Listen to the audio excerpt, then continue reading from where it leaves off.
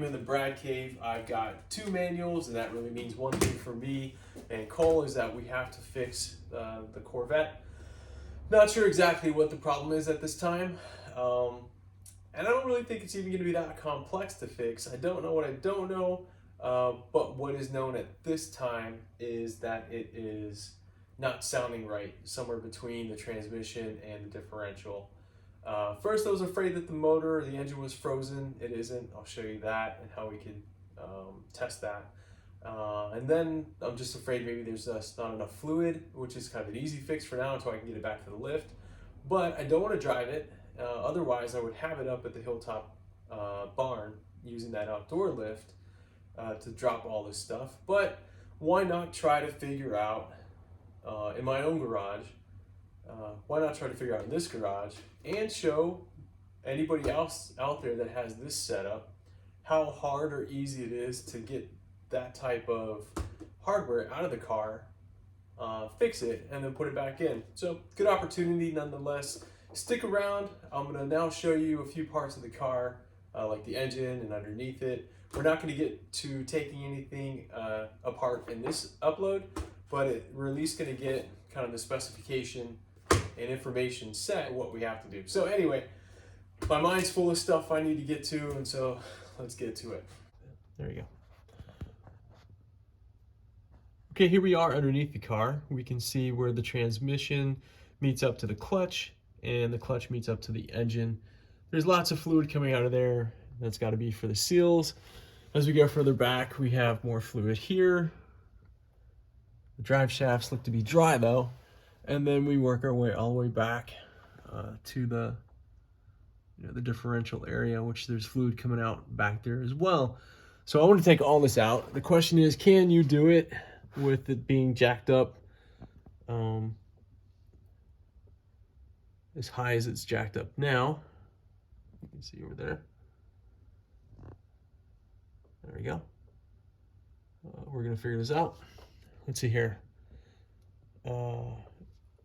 When you look at the dimensions of the transmission, there's plenty of room to drop it and pull it out. I do have a jack for transmissions right here, and I don't know that I'll be able to use it to take it down, but I will use it to put it back up. We'll figure this out.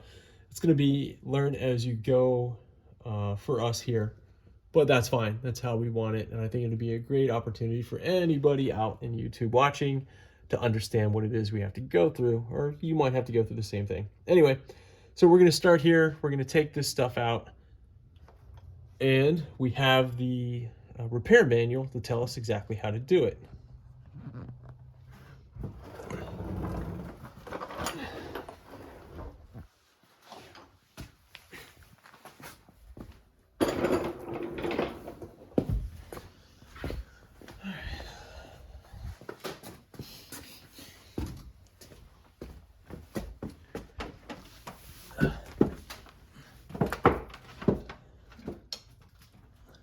So looking at the front of the engine, the question is going to be, is the motor seized up? And the reason why I have that question is the way that it felt when I tried to turn it over.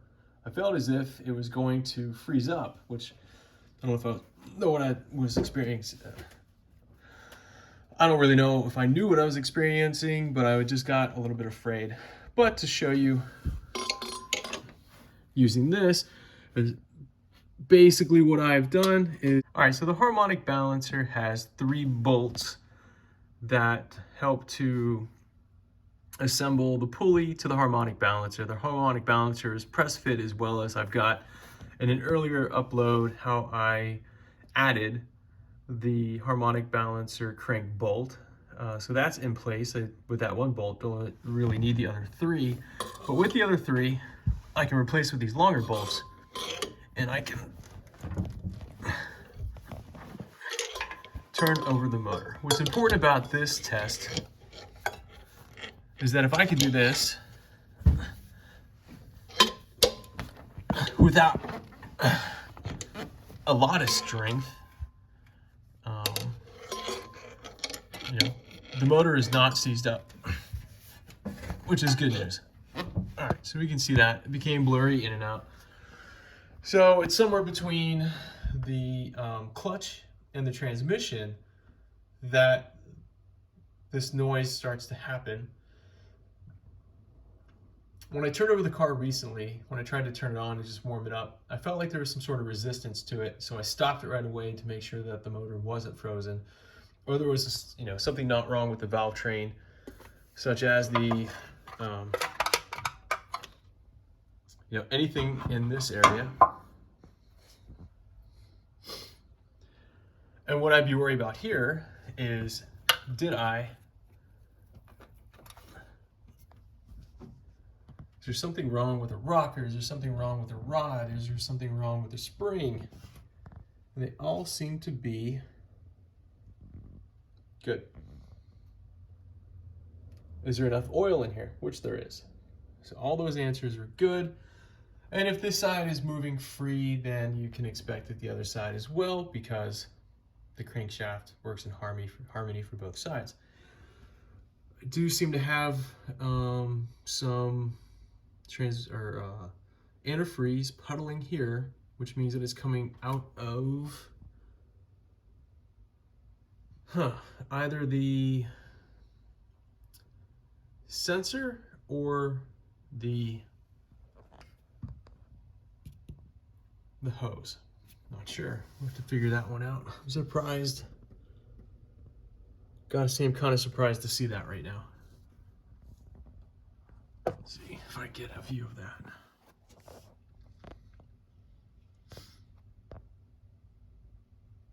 The seal looks pretty good. All right, well, we'll figure that out too. Not the biggest problem right now. Biggest problem is we want to drop the transmission and drive shafts and maybe even differential and see if there's anything going on there that needs to be tended to before we get the car back on the road in the spring. All right, so using the Chilton Repair and Tune-Up Guide for Corvette 1963 to 1983, there is a lot of information, detailed information on how to do a lot of repairs to the car. All right, so this book was last published in 1986. Great manual to have found.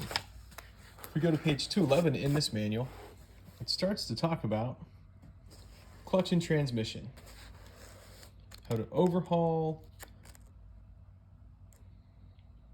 slave cylinder, you know, all these things. We're going to go to the manual transmission side, and we're going to find our way to the years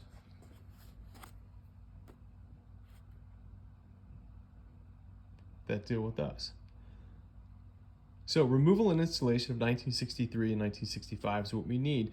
We in fact have a Borg-Warner T-10 4-speed, and says jack the car high enough to provide working clearance. Not sure exactly what that is, but I think I've got it high enough. Disconnect the speedometer cable from the transmission, support with jack stands, disconnect the shift linkage from the shift rods,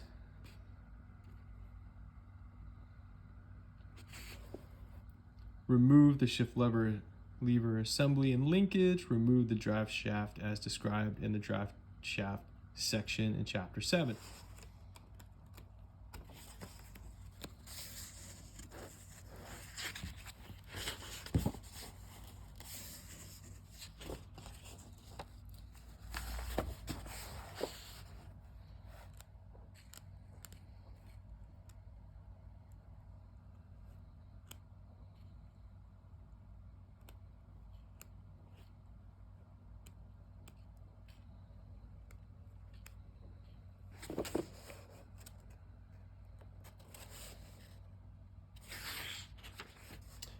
It also has information on how to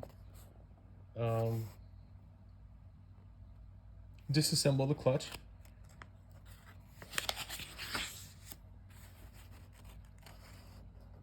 the anatomy of the clutch, how the clutch should be working, adjustments, bleeding, master cylinder, overhaul. All right, so in chapter 7, it's all about the drivetrain. So drive shafts and universal joints removal and installation. So note, following steps 1 through 5 through 6 through 7 and 8, remove the drive shaft from the 1980 or later Corvettes.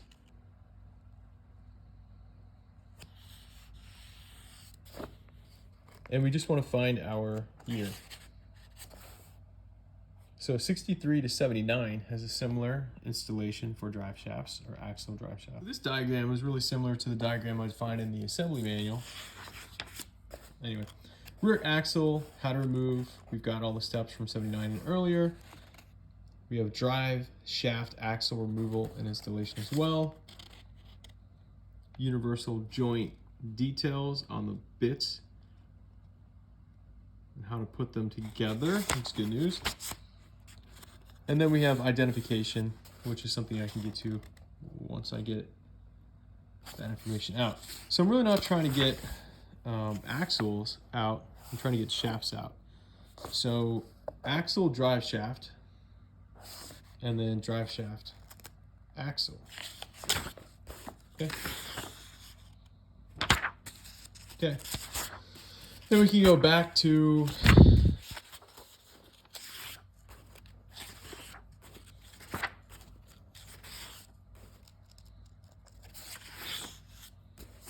these 1 through 20 steps. And while we do have all good information and details on how to take it apart and how to put it back together, we really don't have any details in here on what to expect is the problem. There is a troubleshooting section in here that I'll read through before I put it on to one of these uploads to see if there's anything in there that's worth it. I haven't read it yet, but I suspect that it's going to be just us dropping it, looking through it, seeing where the problems are, and then putting it all back together. It should be that easy. The tough parts are going to be the strength needed to hold the transmission and the weight of it to get it onto the ground and then get it back up. I do have a jack that I bought for it, but I think it's going to be cumbersome. Please stay tuned. Please subscribe. Please like. This should be a good journey for all of us, no matter if it's a 63 Corvette or any car that you have. We're getting back to how in your own garage to take care of your vintage classic car and enjoy the ride. And so until we get a sponsor, this video and this series, as all series, will be sponsored by Miles of Smiles. Hope everyone enjoys it. By the way, if you would like to sponsor us, please leave a comment. We'd love to be sponsored. All right, so thank you, and until next time, if you didn't know, we're all about to find out how to fix this car.